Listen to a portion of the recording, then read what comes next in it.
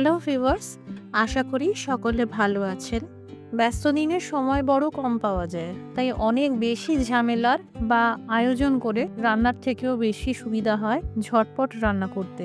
আজকে এমনই একটি ঝটপট টেকনিকে বানাবো মাছের একটি পদ, খুব সুন্দর খেতে হয়। আজকের রেসিপি হাতে মাখা মাছ। নমস্কার, আমি মৌ। আপনারা দেখছেন মৌয়ের সাথে রান্নাবান্না। ভালো লাগলে লাইক দিয়ে শেয়ার করে দেবেন। প্রতিদিন আরও নতুন নতুন রেসিপি পাওয়ার জন্য আমার চ্যানেলটি সাবস্ক্রাইব করে রাখুন। এখানে 4 পিস মাছ ধুয়ে নিয়েছি।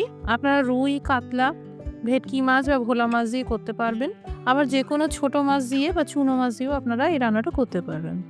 এই মাছের পিসগুলোতে প্রথমে হলুদ গুঁড়ো, লবণ আর 1 চামচ সরষের তেল দিয়ে দিলাম। এবার ভালো করে মাখিয়ে নিলাম। এটি ফ্রাইং প্যানে নিয়েছি কিছু পরিমাণ সরষের তেল। মাছগুলোকে উল্টে পাল্টে শ্যালো ফ্রাই করে নিতে হবে, অর্থাৎ খুব কড়া করে না ভেজে জাস্ট তেলে সাঁতলে নিতে হবে। এতে মাছের গন্ধটা চলে যাবে। যতক্ষণে মাছ ভাজা হচ্ছে, এদিকে বেটে নেব এই 1.5 ইঞ্চি সাইজের আদা। এর সাথে নিয়েছি 6টা রসুন, 4টে কাঁচা লঙ্কা আর 2টো টমেটো। তবে তার আগে এই আদার খোসাটা ছাড়িয়ে নিলাম আর পাতলা পাতলা করে কেটে নিলাম।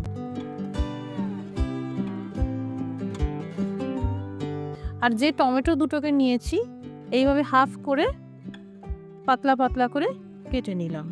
এইভাবে কেটে নিলে আমার পেস্ট করে নিতে সুবিধা হয়। এবার মিক্সার জারে সব একসাথে দিয়ে দিলাম। কুচিয়ে নিলাম কিছু পরিমাণ ধনেপাতা। এই রান্নায় ধনেপাতার ব্যবহারটা করবেন, খুব সুন্দর একটা স্বাদ আসে। এই কুচানো ধনেপাতা মিক্সার জারে দিয়ে দিলাম। এবার সামান্য জল দিয়ে পেস্ট করে নেব। পেস্ট করে নিয়েছি। এবার মিশিয়ে দেব 1 চামচ হলুদ গুঁড়ো, 1 চামচ ঝাল লঙ্কার গুঁড়ো, 1 চামচ কাশ্মীরি লঙ্কার গুঁড়ো কালারের জন্য, উঁচু উঁচু করে 1 চামচ জিরের গুঁড়ো, আধা চামচ লবণ আর আধা চামচ চিনি। এরই সাথে আন্দাজ মতন 2 থেকে 3 চামচ হবে সরষের তেল দিয়ে দিলাম। এই সব উপকরণ একসাথে ভালো করে মিশিয়ে নিলাম। এদিকে মাছের এক দিকটা ভাজা হয়ে গেলে উল্টিয়ে দিয়ে অপর দিকটাও ভেজে নিতে হবে। এখানে আমি লো ফ্লেম করে মাছগুলোকে ভেজে নিচ্ছি।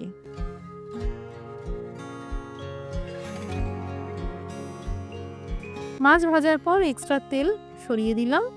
এবার ফোড়নে ভেজে নিলাম 1 চামচ কালো জিরে। এবার এই তৈরি করা পেস্টটা ঢেলে দিলাম। এবার মাছের পিসগুলোকেও সঙ্গে সঙ্গে দিয়ে দিলাম।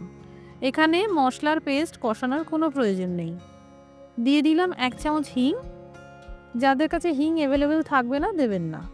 আর দিলাম আধা গ্লাসের থেকে একটু বেশি পরিমাণে গরম জল। কয়েকটা গোটা কাঁচা লঙ্কা দিলাম আর স্বাদ মতন লবণ দিয়ে দিলাম।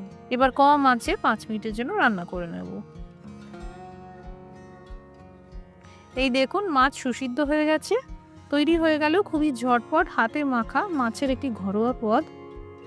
যাদের মাছের গন্ধ নিয়ে কোনো রকম সমস্যা নেই, তারা মাছটা না ভেজেও ডাইরেক্ট রান্নাটা করতে পারবেন। সেক্ষেত্রে এই সমস্ত মশলা মাছের সাথে মেখে নেবেন, নিয়ে ডাইরেক্ট ফ্রাইং প্যানে বা কড়াইতে চাপিয়ে দেবেন, তাহলেই হবে। যারা এখনও এইভাবে বানাননি, একবার এইভাবে বানিয়ে দেখবেন। খুবই কম সময়ের মধ্যে এই মাছ রান্নাটা হয়ে যায়। বাড়িতে বানালে কমেন্ট করে জানাতে পারেন কেমন তৈরি হলো। রেসিপিটি দেখার জন্য অসংখ্য ধন্যবাদ। সবাই ভালো থাকুন, সুস্থ থাকুন।